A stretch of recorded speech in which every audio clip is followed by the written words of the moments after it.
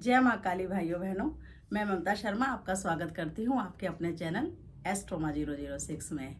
भाइयों बहनों, कार्तिक का महीना चल रहा है।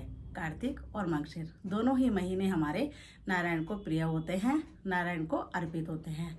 इनमें लोग बहुत ज़्यादा पूजा पाठ करते हैं। वैसे तो हमारे यहाँ पे सनातन धर्म में सभी महीने बहुत पवित्र होते हैं, सभी में कोई ना कोई स्पेशल पूजा होती है। लेकिन कार्तिक और मार्गशीर का जो महीना होता है, इसमें हमारे यहाँ पूजा पाठ ज़्यादा होती है। इसलिए हम लोग कार्तिक के महीने में सुबह तारों की छाँव में उठते हैं, कार्तिक महा स्नान करते हैं, कहानी करते हैं, मंदिरों में दीपदान करते हैं, पूजा करते हैं। और दीपावली भी हमारी इसी महीने में आती है, जिसमें हम दीपदान करते हैं। धनतेरस से लेकर भाई दूज तक हम दीप जलाते हैं। और कुछ लोग तो परमानेंट भी अपने मुख्य द्वार पर दीप जलाते हैं, जो हमें ज़रूर जलाना चाहिए। तो भाइयों बहनों, अब हम तुलसा जी की पूजा भी करते हैं। तो तुलसा जी की पूजा में हमारा जो देव उठनी एकादशी होती है, उस दिन हम लोग तुलसी विवाह करते हैं। तुलसी विवाह बहुत धूमधाम से करते हैं। कुछ लोग तो बिल्कुल अपनी बेटी की तरह तुलसा जी की शादी करते हैं। इस दिन से हमारे शादी के साए भी शुरू हो जाते हैं। ये हमारा अंशुज साया होता है, तो इसलिए इसमें हमें किसी की आवश्यकता नहीं होती। जिनकी शादी ना निकल रही है, वो भी हमारे यहाँ पर जो हमारा ये वाला देव उठनी एकादशी होती है, उस दिन उनके यहाँ शादी हो जाती है। तुलसा जी का विवाह अवश्य करना चाहिए। अगर हम तुलसा जी का विवाह भी नहीं कर सकते, तो हमें एक काम तो जरूर करना चाहिए।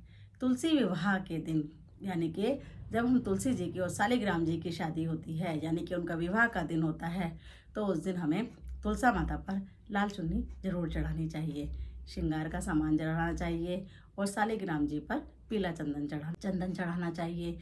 उसके बाद में हमें तुलसा माता की आरती करनी चाहिए और 11 घी के दीपक हमें उस गमले के चारों तरफ जला देने चाहिए, जहाँ पर आपने श्रृंगार का सामान रखा है। उस पर आप सतिया भी बनाइए, यानी कि स्वास्तिक का निशान भी बनाइए। अगर हम इतना सूक्ष्म रूप से भी ये काम करते हैं, तो भी हमें माता रानी का आशीर्वाद प्राप्त होता है, नारायण का आशीर्वाद प्राप्त होता है और कार्तिक माह का पूरा पुण्य प्राप्त होता है।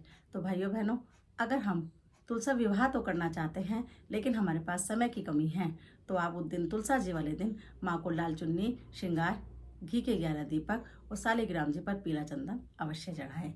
और माता रानी से हम लोग अपने घर में सुख शांति की विनती करें। तो भाइयों बहनों, अगर आप ये भी करते हैं, तो आप देखेंगे कि आपके यहाँ पर घर में प्रसन्नता रहेगी, आनंदमय जीवन रहेगा और हमें किसी प्रकार की परेशानी नहीं आएगी। और हमें तुलसा जी का, यानी कार्तिक माह का जो मंथ का जो भी पुण्य है, वो हमें अवश्य प्राप्त होगा। जय माता दी।